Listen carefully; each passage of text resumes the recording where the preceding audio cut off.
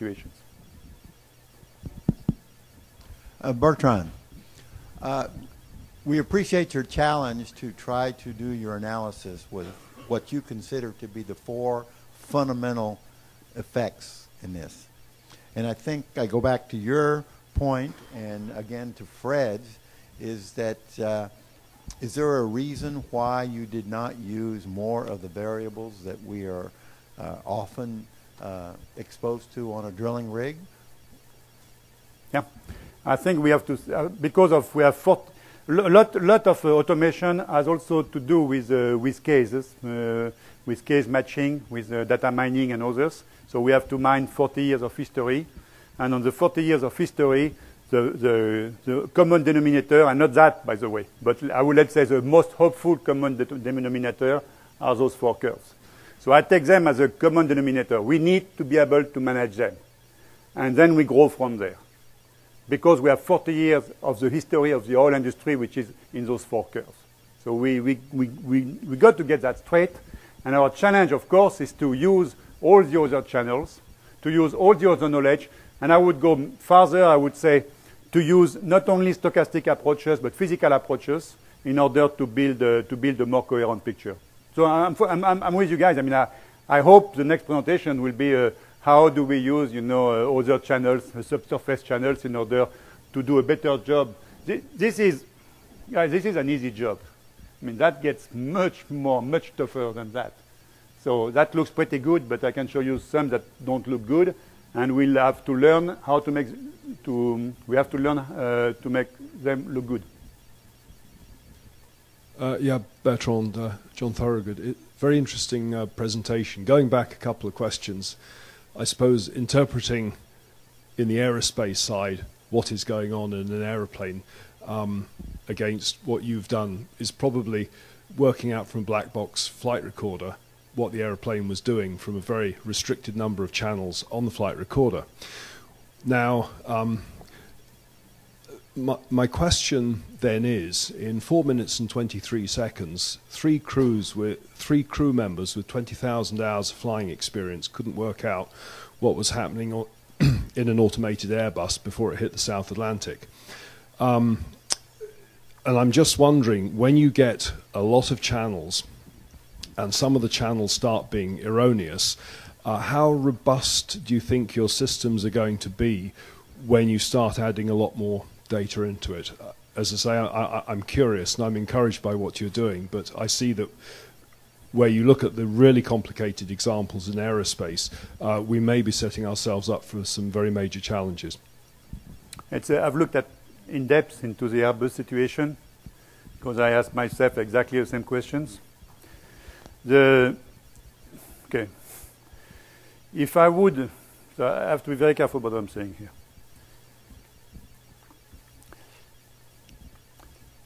Okay, I may stumble into what I'm saying because I'm aware of the implication of what I'm saying in terms of legal and everything.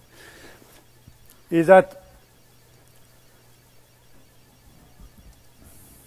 the difference, I believe, between the drilling world and the avionic world or the robotic world we were shown before is the amount of lack of knowledge we have. And that creates built-in uncertainties which are extremely heavy. And therefore, our drilling systems, automation systems, have to start from there. They have to start from knowing that there will be situations which cannot be reasonably evaluated by humans or by computers. But when that happens, you need to be able to get out of that anyway. What happened on the Airbus was very different. It was systems which were deterministic, if you want, in that sense. Deterministic enough so that errors which were essentially fundamentally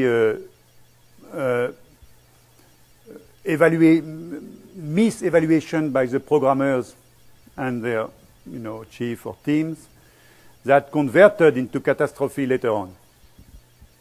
There was not in the middle, if you want, a system which could say, there's a lot of trouble. How do I get out of that? And in drilling, we cannot make systems like that because we have these problems all the time. So I believe that the challenge for drilling is that we just cannot reason like avionics systems. We have to reason from the start, knowing that we'll never have enough knowledge. I don't run avionics and others, so I don't know how they can solve the problem or address it. But what I know for sure, the problem they met is one that they don't obviously meet very often, but that's one that we meet every day. So we need to address it, head on.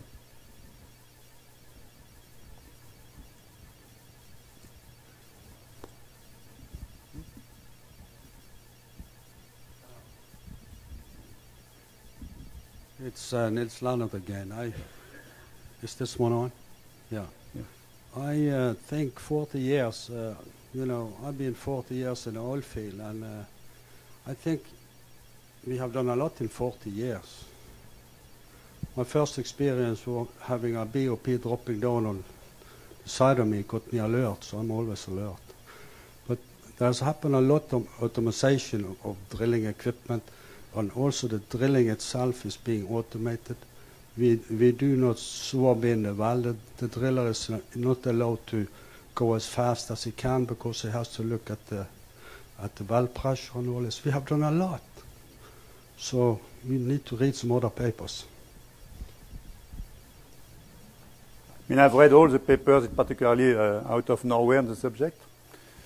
I've read all the papers on the subject published in the petroleum, various petroleum engineering. It's not that hard because there are not that many on the subject.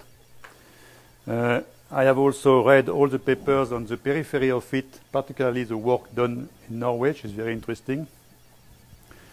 And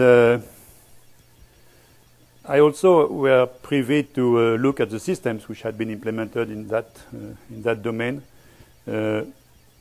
Actually, some of them in Norway. Not all. And when that effort started, 10 years ago, it took a long time, and I would say there are a lot of research groups working on the subject. Certainly, at least for me, it took a long time before understanding that that there was a fundamental scientific problem.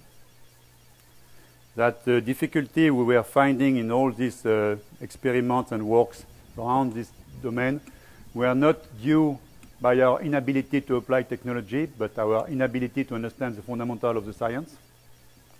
And that's what I try to solve. Now I acknowledge that it may take some time for that appreciation to become wide, but I hope that today I helped see that. Bertrand, excellent presentation, great answers. Thank you very much.